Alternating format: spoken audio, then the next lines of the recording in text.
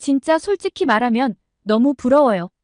왜 한국은 중국하고만 붙으면 강해지는 거예요? 연일 태극 전사들의 승전보가 울려 퍼지는 하루하루.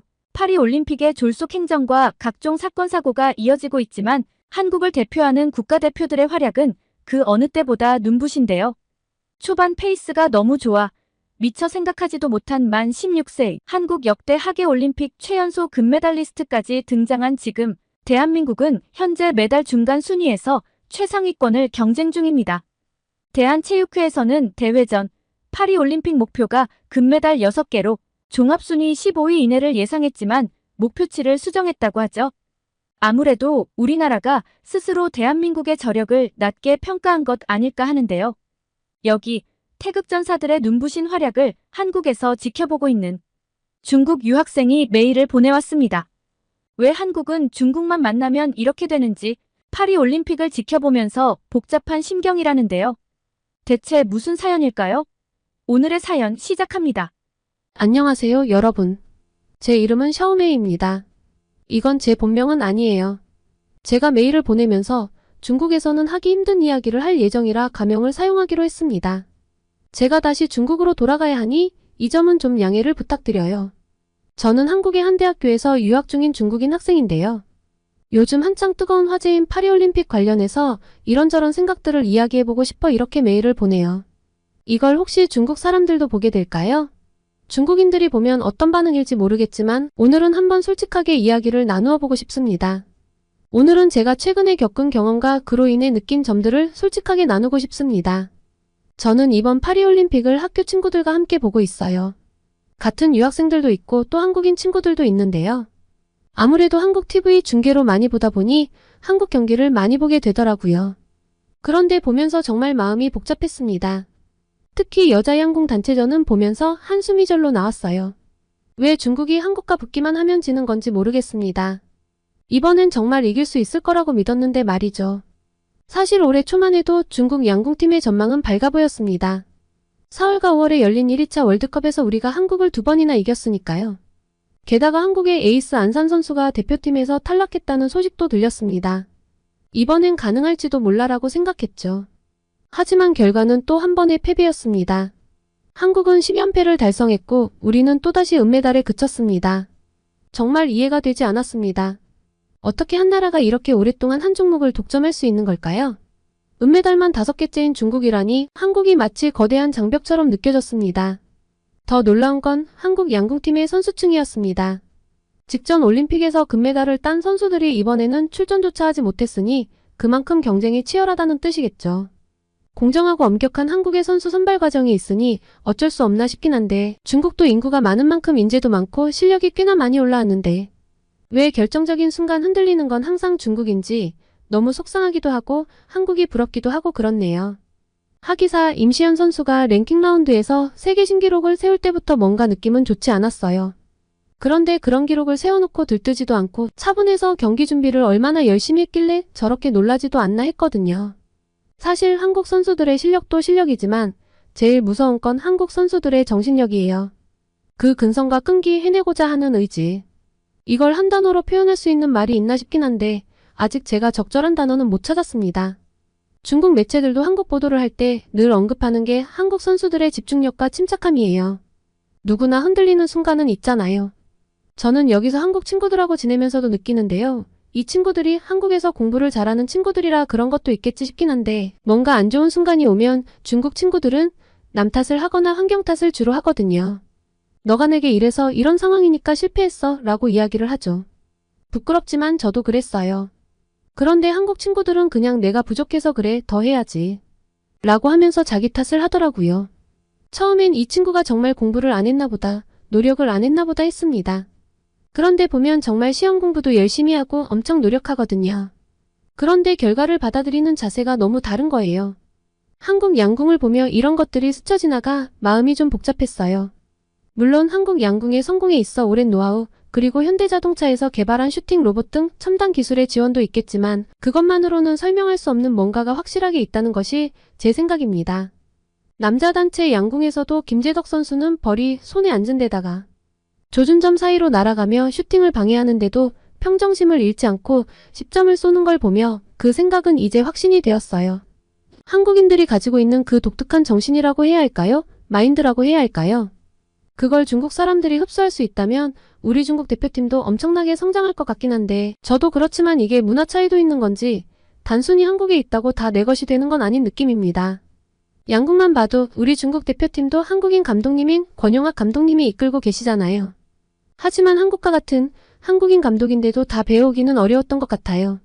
인도 양궁이 엄청나게 발전하다가 한국 감독님이 빠진 이번 경기부터 우르르 무너져서 존재감이 거의 먼지에 가까운 걸 생각하면 한국인들이 가지고 있는 정신적인 영향력이 꽤 큰 건 확실하다고 보입니다. 그런데 왜 중국은 결정적인 순간에 질까요? 이걸 가지고 중국의 익명 커뮤니티에서 자기들끼리 이것저것 이야기를 하길래 저도 한국 양궁의 성공 비결을 알아보려고 이것저것 찾아봤습니다. 놀랍게도 한국은 현대자동차에서 슈팅 로봇까지 개발해서 선수들을 지원했네요.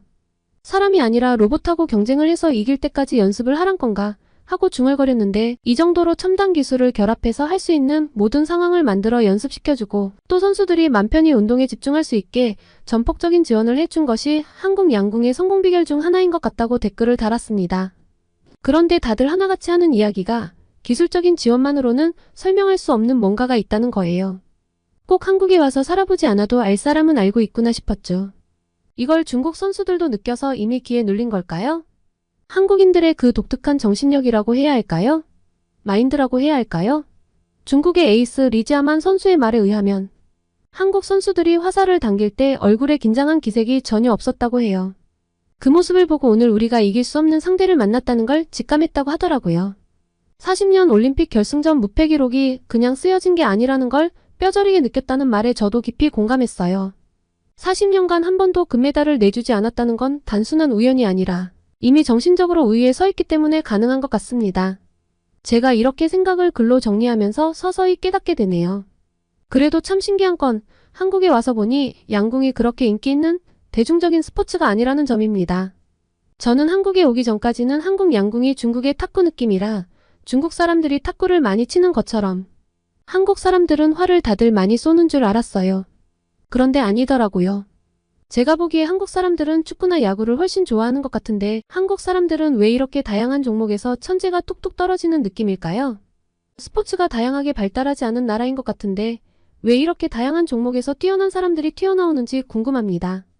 특히 양궁은 생활 스포츠도 아닌데 말이죠. 이걸 가지고 일본에서 온 친구랑도 이야기를 해봤는데 그 친구도 엄청 분하다고 하더라고요. 인구수로 따지면 한국이 제일 꼴등인데 왜 매번 한국인이 갑자기 나타나서 뿅 하고 1등을 가져가 버리는 건지 모르겠다고요. 체육뿐만 아니라 음악도 그렇고 이상하게 한국과 붙으면 죽어라 노력한 게 허무해지는 느낌이라나요. 솔직히 말하면 처음에는 한국 선수들을 이기지 못해 속이 상했습니다. 하지만 이제는 그들의 실력과 정신력을 인정하게 되었죠. 어쩌면 우리가 한국에 자주 지는 것도 그들에게 배울 점이 아직 많다는 뜻일지도 모르겠습니다. 아니 많죠. 일본 친구는 엄청 투덜대던데 저도 처음엔 인정하기 싫었어요. 이렇게 유학을 왔지만 전 처음에 한국에 대한 편견이 좀 강했거든요. 편견이라기보다는 다 아는데 내가 스스로 인정하기 싫은 느낌이랄까요? 이렇게 좀 이중적인 마음이었던 데에는 인터넷에서 본 댓글 탓도 있던 것 같습니다. 한국 사람들은 고기와 수박을 제대로 못 먹는다. 빈부격차가 엄청 심하다는 등의 말들이요. 심지어 한국 유학을 준비하면서 어머니는 너 고기도 제대로 못 먹고 그러면 어떻게 하니? 하면서 제게 한국에서 먹을 게 부족하거나 부실하면 바로 연락하라고 신신당부를 하셨습니다. 바로 국제 택배로 통조림이든 뭐든 붙여주시겠다고요. 지금 엄청 황당하시죠? 당연히 엄마는 그런 택배를 보낼 일이 없었어요. 어머니께서 잘 믿지 못하시길래 제가 오죽하면 마트에 가서 영상통화까지 했겠어요. 아, 물론 한우는 비싸요. 그런데 뭐 꼭 한우를 먹어야 하는 건 아니니까요. 다른 육류는 충분히 먹을 만한 가격대이고 해산물도 풍부했어요. 제 한국 친구들 보면 정말 잘 먹어요. 오늘은 오징어, 내일은 광어, 모레는 소고기. 다양한 음식을 즐기는 모습을 보면서 한국인이 고기를 못 먹는다는 말이 얼마나 황당한 소리인지 알게 됐는데 그때 생각을 하면 아직도 얼굴이 화끈거립니다. 그런데 그보다 놀라운 건 한국의 교육 수준이었어요. 한글이 배우기 쉬워서 그런지 문맹률이 거의 없다고 해요. 조선의 위대한 왕이 만든 한글 덕분에 한국은 세계에서 가장 문맹이 없는 나라가 되었다고 하더라고요. 반면 중국은 한때 문맹률이 80%에 달했으니 정말 큰 차이죠. 그래서 그럴까요? 사실 부모님이 꽤 돈을 잘 버셔서 저희는 중국에서 꽤 잘 사는 편임에도 불구하고 한국 사람들의 생활 수준이 전반적으로 더 높아 보였어요. 그리고 무엇보다 다들 깔끔하고 예의를 지켜주는 모습이 인상적이었습니다. 아마도 높은 교육 수준 덕분이 아닐까 합니다. 제가 이런 이야기를 하려고 익명으로 메일을 쓴 거기도 해요. 올림픽에서 누가 이기고 지고 이런 것도 흥미로운 관심사이지만 저는 그 뒤에 숨은 한국인들 특유의 마인드, 정신력 이런 것들을 더 많이 느꼈거든요. 그런데 중국에서는 이런 이야기를 대놓고 하기가 어려워요. 이런 이야기를 제 개인 SNS에 대놓고 하면 아마 전 댓글 테러와 신상정보 공개로 나만 할 수가 없을 거예요. 인정할 건 그냥 인정하고 배울 건 배우고 성장할 수 있는 부분은 성장하면 좋을 텐데. 이게 아까 제가 말한 인정하고 받아들이느냐, 주의 탓을 하느냐의 차이 같습니다. 이번에 금메달을 딴 오상욱 선수 역시도 배울 점이 너무나 많죠. 사실 전 처음에 그의 잘생긴 외모 때문에 관심을 가졌어요. 큰 키, 다부진 체격, 조각 같은 얼굴까지 제가 좋아하는 드라마 속 한국 남성들보다 더 연예인 같은 얼굴인데 이 사람이 진짜 운동선수 맞냐고 한국 친구들에게 몇 번이나 물어봤는지 몰라요. 그래서 이번에 오상욱 선수를 엄청 응원하면서 봤거든요. 단순히 그냥 얼굴만 보고 끼아하며 좋아한 느낌이라 좀 부끄럽긴 한데 이해해주세요. 잘생기긴 잘생겼잖아요. 하지만 경기를 지켜보다 보니 그의 실력과 인성을 알게 되어 더 큰 감동을 받았습니다. 오상욱 선수가 결승전에서 보여준 페어플레이 정신에 한 번 더 반해버렸거든요. 상대 선수가 넘어졌을 때 그를 공격하는 대신 일으켜 세워준 모습에 제 심장이 얼마나 흔들렸는지 몰라요. 심지어 경기 시작 신호를 못 들은 상대 선수에게 경기가 시작됐다고 알려주는데 중국 커뮤니티 댓글은 폭발했습니다. 중국에서 이 소식을 전하는 캐스터들도 제가 정말 놀라운 장면을 보았습니다. 오상욱 선수의 행동이 얼마나 굉장한 일인지 말로 표현할 수 없습니다. 오상욱 선수는 올림픽 정신 그 자체였습니다. 라며 감탄하는데 다 반해버렸다 싶었죠. 게다가 키도 크고 잘생겨서 지금 중국에서는 오상욱 선수 팬클럽이 만들어지려고 합니다. 벌써부터 사람들이 인터넷에서 모이고 있어요. 결국 이렇게 다들 한국에 관심도 많고 한국 좋은 것도 알고 한국 사람들 좋은 것도 아는데 왜 대체 이렇게 댓글에서는 다른 이야기들을 해대고 있을까요? 제가 유학을 온 지 이제 1년째거든요. 지금이야 이제 다 적응했고 너무 편하지만 댓글에서 하도 다른 이야기들을 해대는 통에 처음 서울에 도착했을 땐 좀 힘들었어요. 아까 말했던 고기 이런 거 말고도 솔직히 말해서 좀 당황스러웠어요. 중국에서 들었던 한국의 이미지와는 많이 달랐거든요. 저도 베이징 출신이라 대도시에는 익숙한데 서울은 또 다른 느낌이었습니다. 베이징도 꽤 깨끗하게 유지하고 있거든요. 한국에서 중국의 이미지가 좀 더럽고 정신없고 그런 것 같더라고요. 변명을 하자면 예전엔 좀 지저분하기도 하고 그랬는데 요샌 안 그렇거든요. 특히 공항 이런 데는 엄청 관리해요. 그런데 서울과의 차이는 바로 사람이었어요. 지하철역에서 뭔가를 먹던 사람들이 쓰레기를 함부로 버리지 않고 꼭 쓰레기통을 찾아버리더군요. 이런 시민의식이 도시를 깨끗하게 만드는 비결 같았습니다. 처음에는 아무데나 내다 버리지 않는 그 모습이 얼마나 충격이었는지요. 특히 인상 깊었던 건 한 달 가까이 지내면서 신발을 한 번도 닦지 않았는데도 신발 표면에 먼지가 쌓이지 않았다는 점입니다. 베이징에서는 상상할 수 없는 일이죠. 한국 미세먼지 이야기를 하던데 사실 전 잘 못 느끼겠더라고요. 게다가 서울의 자동차들도 깔끔했죠. 베이징 거리의 자동차들이 먼지를 뒤집어 쓴 것에 비하면 서울 거리의 차들은 금방 세차한 것 같았어요. 그뿐인가요? 식당에 가면 음식이 정말 깔끔하고 위생적이에요. 고급 음식점뿐만 아니라 일반 식당도 깨끗하게 정돈되어 있으니까요. 길거리 음식도 마찬가지예요. 튀김 노점 옆에서조차 쓰레기나 오물이 보이지 않았어요. 한국 사람들은 빈부와 관계없이 공중위생에 대한 공동의 사명감을 가지고 있는 것 같았습니다. 그래서 그런지 저 사실 한국에 와서 튀김을 많이 먹게 됐어요. 중국 사람들은 튀김을 많이 먹는다고 알고 계시던데 전 중국에서 튀김을 먹으면 여드름이 올라와서 먹지 않았거든요. 몸매 관리도 해야 하고요. 그런데 한국에서는 똑같은 튀김인데 덜 기름지고 여드름이 안 나더라고요. 한국 사람들이 옷을 잘 입어서 저도 예쁜 옷을 입고 패션을 좀 따라가려면 몸무게 관리를 해야 하는데 한국에 와서 완전 식욕이 돌아서 큰일입니다. 아주 솔직히 물가가 베이징보다 훨씬 비싼 것, 그리고 음식이 맛있어서 입맛이 도는 것만 빼면 전 정말 한국이 좋아요. 노점에서 파는 간단한 튀김도 중국보다 훨씬 비싸서 조금 놀라긴 했는데 그만큼 품질이 좋아서 이해는 돼요. 한국은 비싼 만큼 비싼 값을 하니까요. 밤늦게 돌아다녀도 안전하고 가짜 물건이나 음식에 대한 걱정도 없고 차들이 보행자를 우선으로 배려고 있어 이런 면으로도 안전하죠. 베이징에서는 보행자가 차를 조심해야 하는데 서울에서는 차들이 보행자를 먼저 배려하더라고요. 신호도 잘 지키고 무단횡단하는 사람도 거의 없었습니다. 제가 한국으로 올 때 부모님께서 엄청나게 걱정하셨는데 정말 쓸데없는 일이었어요. 1년 남짓 한국 생활을 하면서 가장 크게 느낀 건 작은 것 하나하나에 신경 쓰는 한국인들의 섬세함이었습니다. 거리의 청결함부터 시작해서 음식의 맛, 서비스의 질까지 모든 면에서 한국인들의 꼼꼼함을 느낄 수 있었는데요. 특히 학교 기숙사의 시설에 놀랐습니다. 각 건물마다 식당, 스터디룸, 체육관, 독서실, 활동실은 물론이고 의류 세탁, 건조, 다림질 장비까지 갖추고 있었어요. 심지어 인쇄 장비까지 있어서 부족한 게 전혀 없었죠. 더 놀라운 건 시설 관리였어요. 뭔가 고장나면 중국과 달리 처리 속도가 정말 빨랐습니다. 보통 하루도 안 돼서 수리가 완료되더라고요.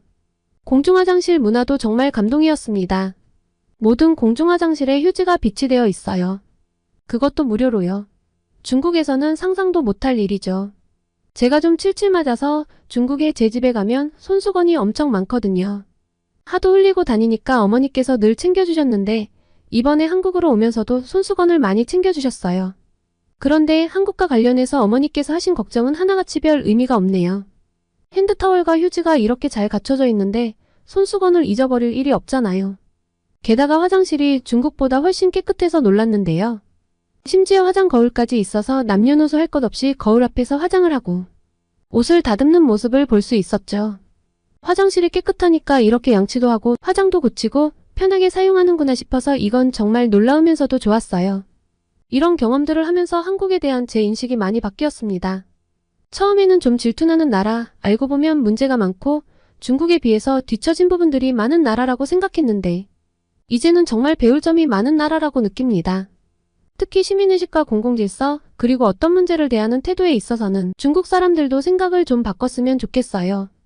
이번 올림픽을 보면서 제가 다시 느끼게 된 걸 익명 커뮤니티를 보면 다들 느끼고 있는 것 같긴 한데 중국 사람들 전체가 다 바뀌기는 어렵겠죠? 한 나라의 발전은 단순히 경제적인 성장만으로는 이루어질 수 없다는 걸 참 많이 깨닫는 요즘인데요. 단순히 겉보기로만 발전하는 것이 아니라 시민들의 의식 수준, 사회 시스템, 그리고 세세한 부분까지 신경 쓰는 문화가 함께 발전해야 진정한 선진국이 될 수 있고 또 이런 정신적인 부분이 발전이 되어야 사회 전반뿐만 아니라 스포츠, 예술 등의 문화에도 좋은 영향을 끼쳐서 다 같이 발전할 수 있다고 보여요. 물론 한국이라고 모든 게 완벽한 건 아니겠지만 적어도 제가 경험한 한국은 정말 살기 좋은 나라 같아요. 앞으로 남은 유학생활 동안 한국의 좋은 점들을 더 많이 배우고 싶습니다.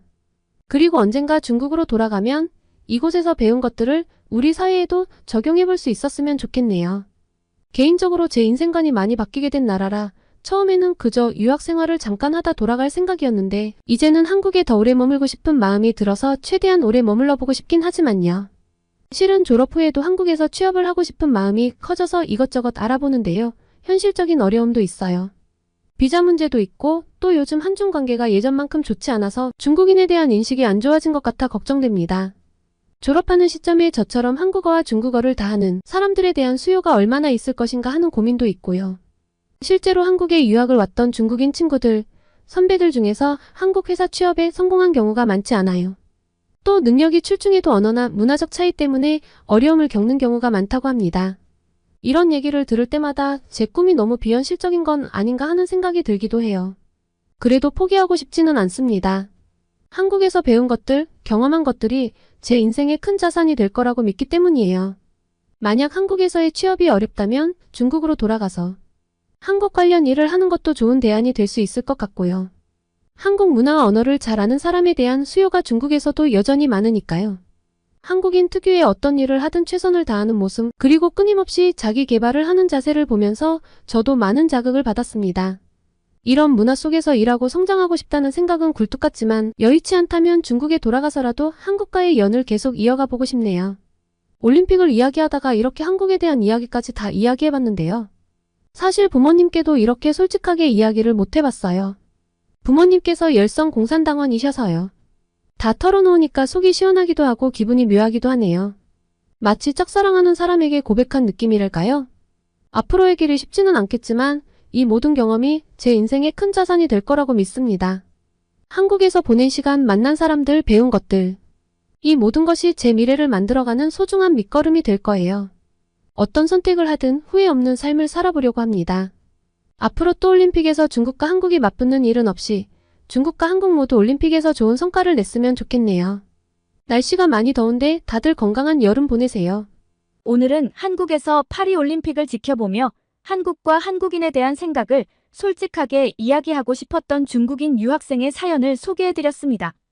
오늘의 사연이 마음에 드셨다면 구독과 좋아요를 눌러주세요. 여러분의 구독과 좋아요는 계속해서 좋은 사연을 소개할 수 있는 힘이 됩니다.